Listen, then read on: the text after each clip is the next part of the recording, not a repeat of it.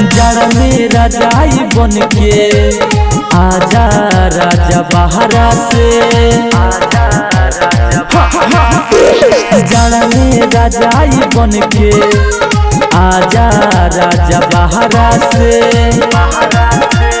चाहिए नहीं कमाई, चाहिए नहीं कमाई, ए हो पिया तहरा से जाड़ा हाँ जाड़ा, अरे जाड़ा मेरा जाई बन के आजा राजा बहरा से, जाड़ा मेरा जाई बन के आजा राजा बहरा से।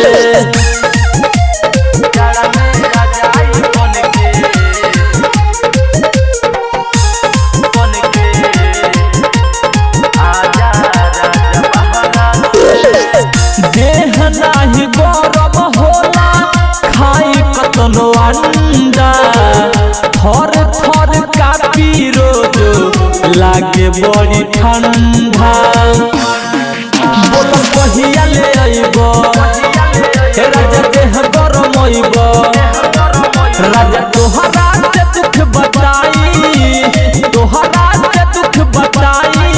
अब सुन पिया गहरा से जाड़ा हाँ जाड़ा, अरे जाड़ा मेरा जाई बन के आजा राजा बहरा से, जाड़ा मेरा जाई बन के आजा राजा बहरा से।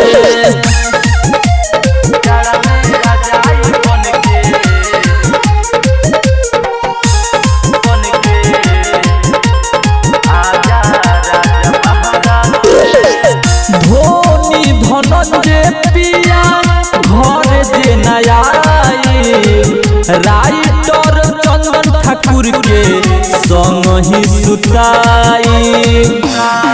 हे राजा सच कहतानी जड़ा में होला परेशानी, भीतरी से जला न जाड़ा, भीतरी से जला न जाड़ा, ताती ले आगे लहरा के जाड़ा हाँ जाड़ा, अरे जाड़ा मेरा जाई बन के आजा राजा बहरा से, जाड़ा मेरा जाई बन के आजा राजा बहरा से। चाहिए नहीं कमाई, चाहिए नहीं कमाई, ए हो पिया तहरा से जाड़ा हाँ जाड़ा, अरे जाड़ा मेरा जाई बन के आजा राजा बहरा से, जाड़ा मेरा जाई बन के आजा राजा बहरा से।